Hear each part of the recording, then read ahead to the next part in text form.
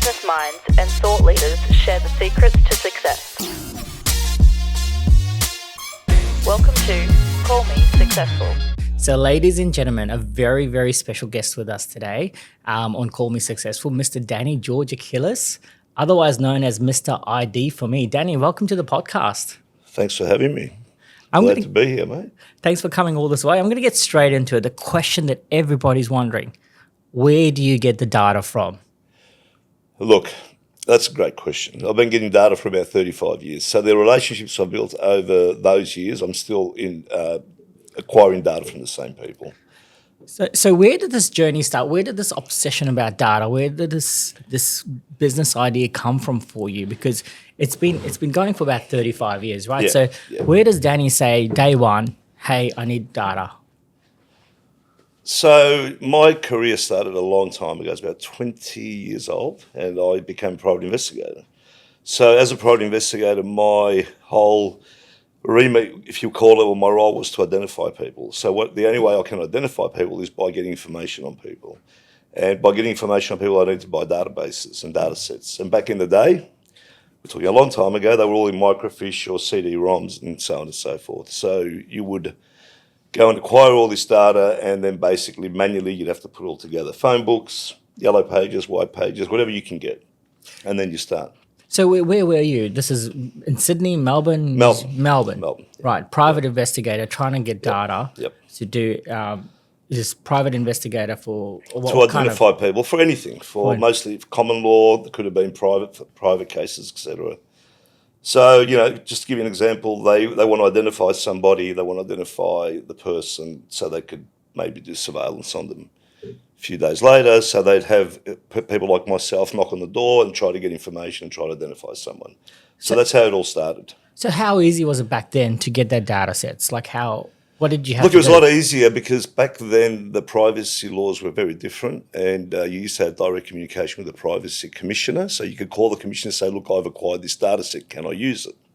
So on and so forth. And then they say to you, yes, you could, or no, you couldn't. So mostly back then you could, and you can get, a lot of different data sets that you can't get today.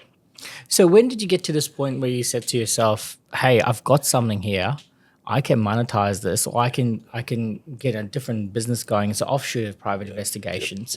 When did that moment occur for you? Look, at around 23 years old, I had set up a process serving company, and then I sold that, and I thought I'd get into locating missing persons for debt collection companies. And we're talking high volume debt collection companies. And we started basically taking on work to locate missing debtors. And by locating missing debtors, we had to set up an office. I had an office set up. I had about 14 skip tracers working for me at the time we built it up.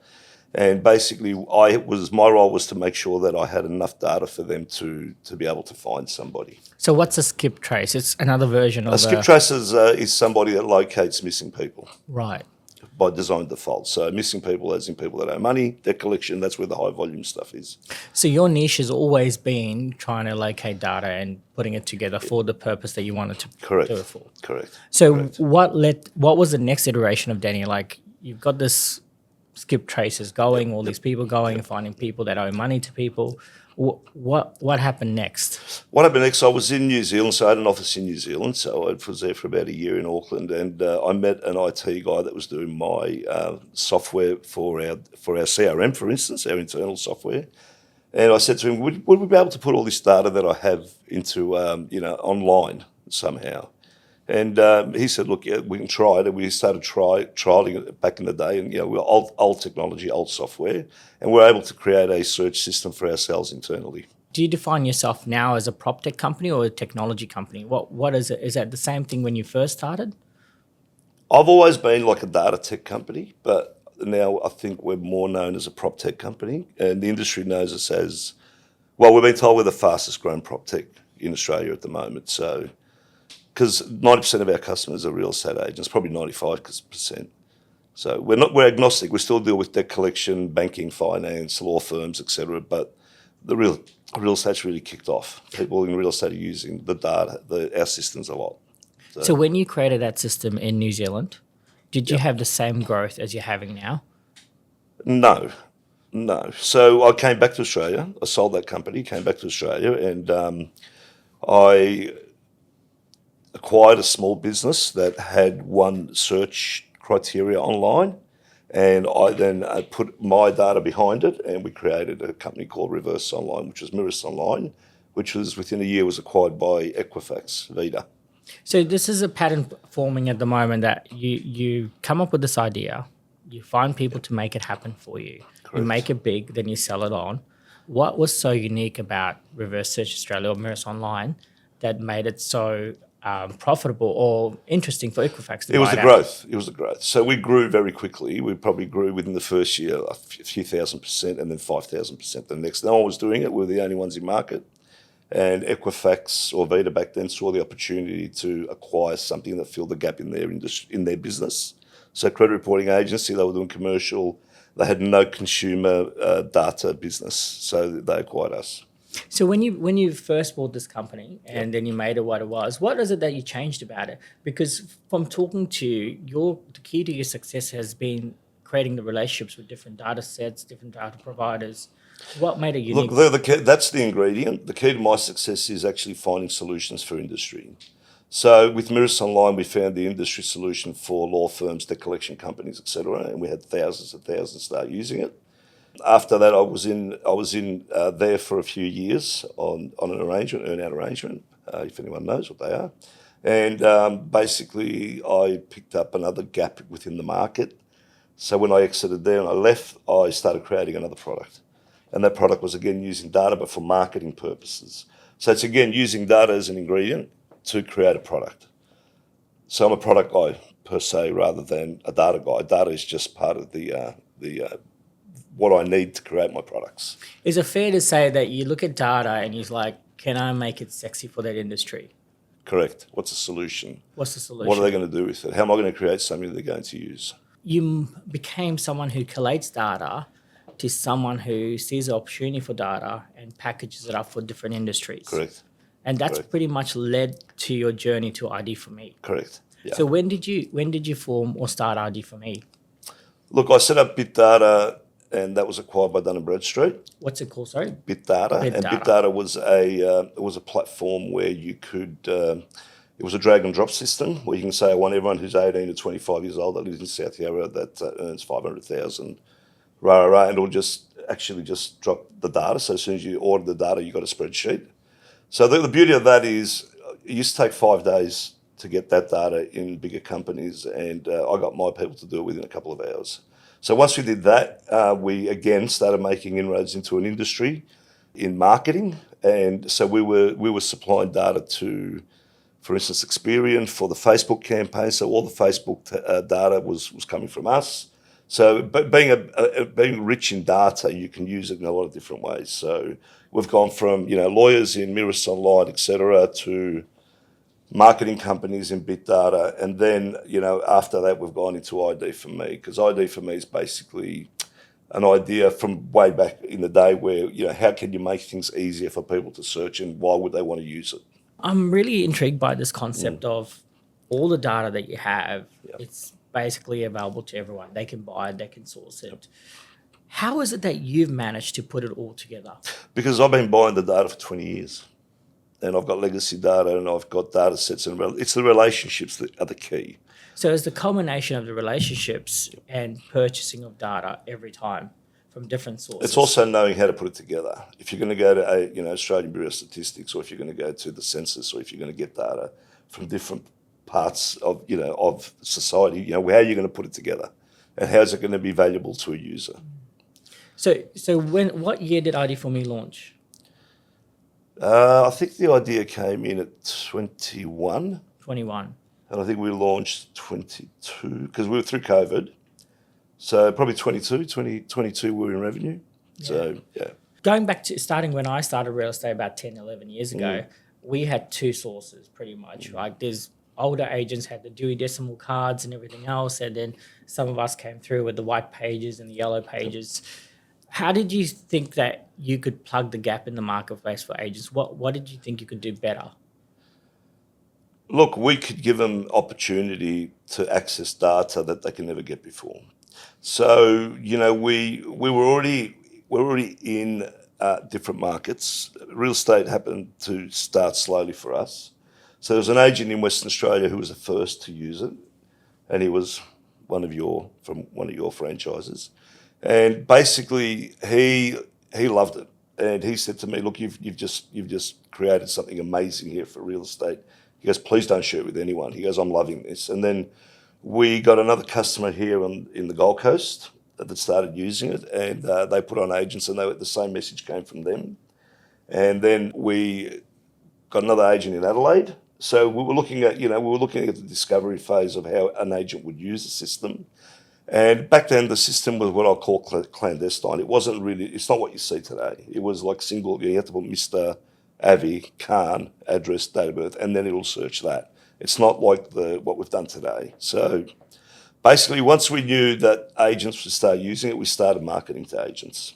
So this was what we call the single search bar, like a Google search coming through, or that was later on. That was version 2. Yeah, and that's when it exploded.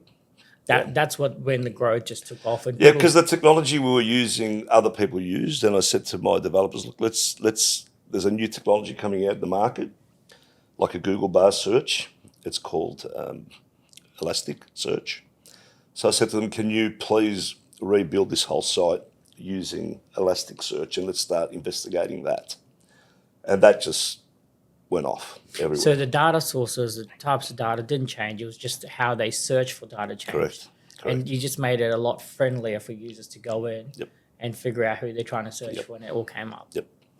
So there's a few things that I want to ask about ID for me, and we can debunk some of the myths here, right? Security.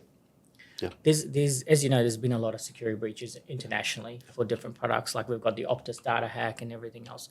What has ID for me done to make sure that you guys are protected in case of security breaches? Look, we've got our certification ISO 27001, which we received after about a year of work, and that encompasses all your infosec, how you aggregate data, how you store data, who you work with, how your staff work with data, the whole lot. So we've passed all that, so we've got our certification. Also, we're a third-party data aggregator. We're not a first-party data aggregator.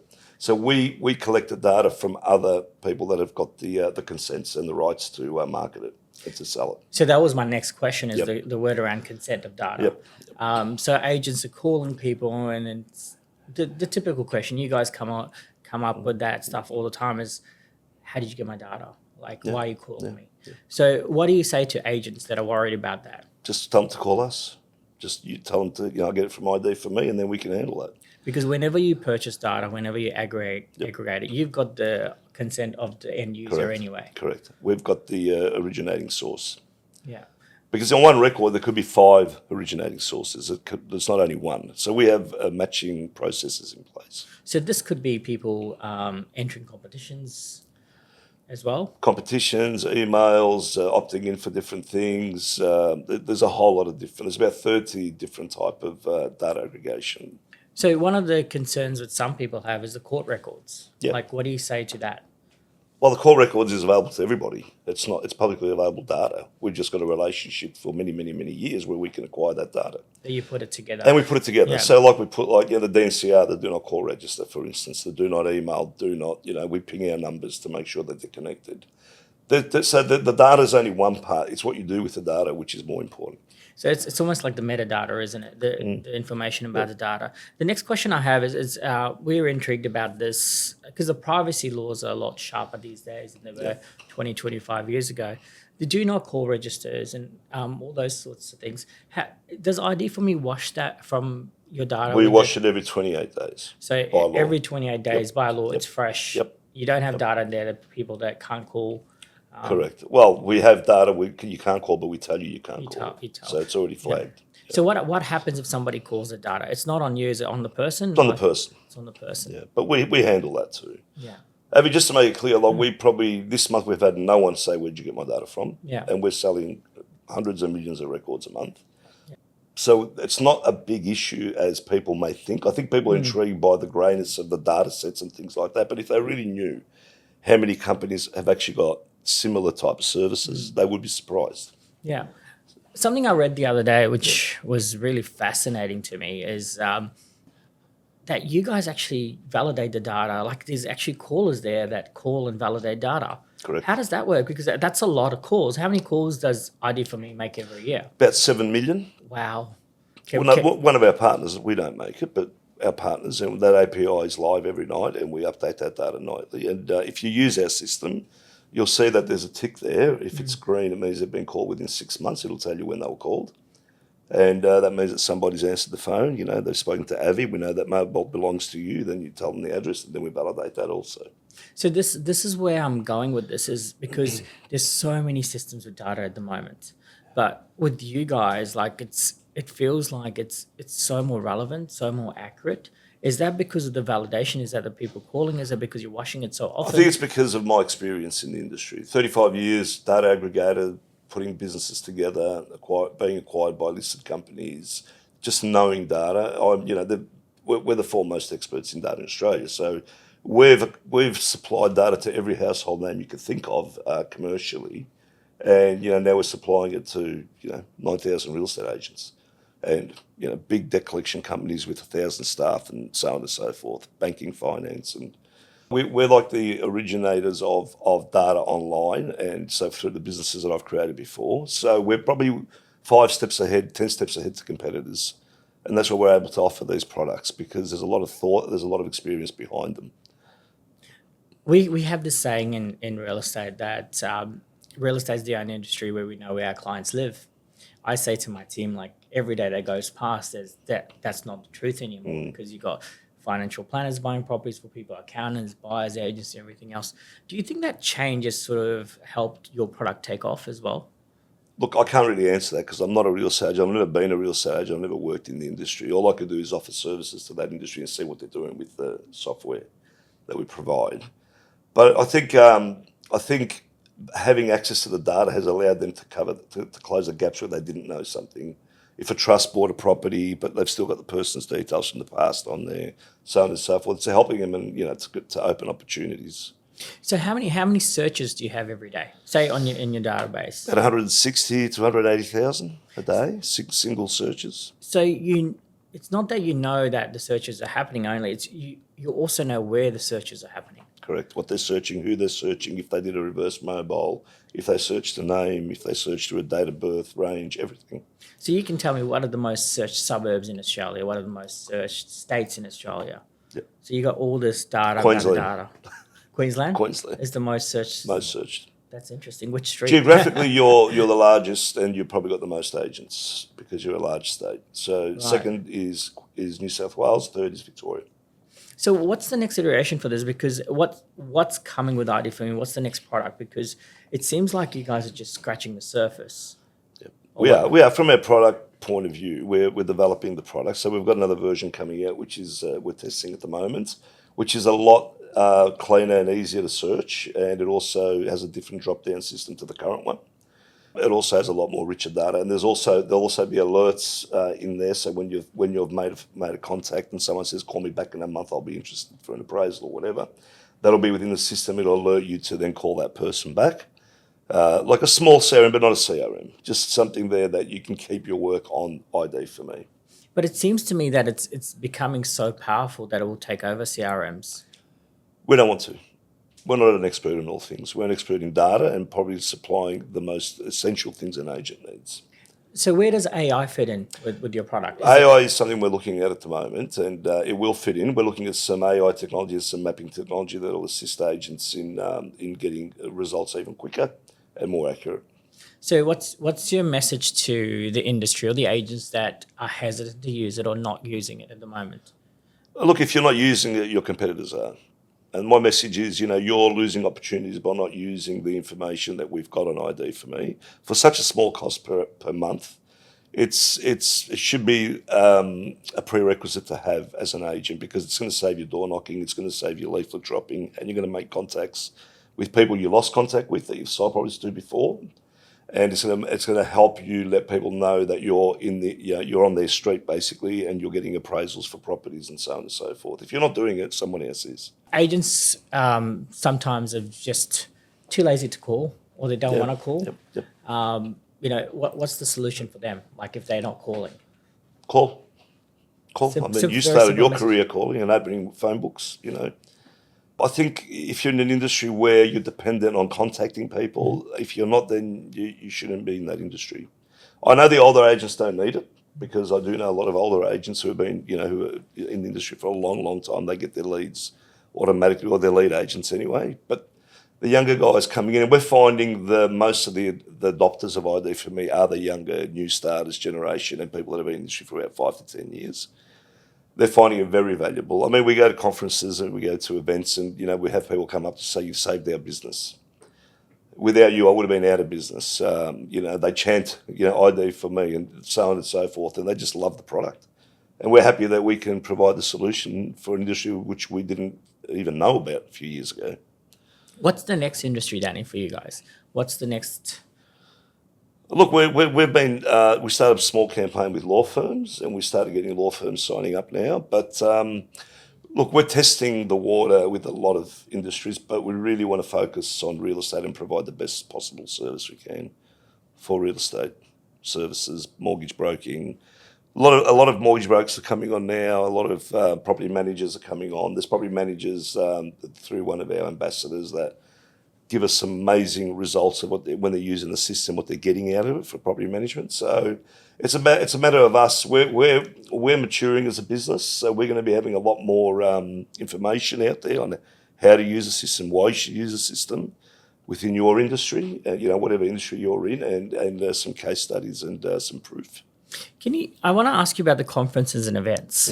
Like, you guys have been very prevalent on those events and conferences. Why is ID for me choosing to go down that path? Look, when I started the business, I realised that in this industry, or whichever industry, you need to be social. You need to be in the media, social media. You need to be out there. So it was myself, Rahul, who's now the EGM, and the third hire was a junior marketing person that did our posts, our website, all that stuff. So we knew that we're only going to reach the masses by going out there. So we started attending the conferences because we wanted to support the industry, and we still want to support the industry. And we have ambassadors like Tom and Josh and things like that. And you know, they've been amazing for us. They believe in our product, and when the giants of industry believe in your product, well, you know, you can only support the industry.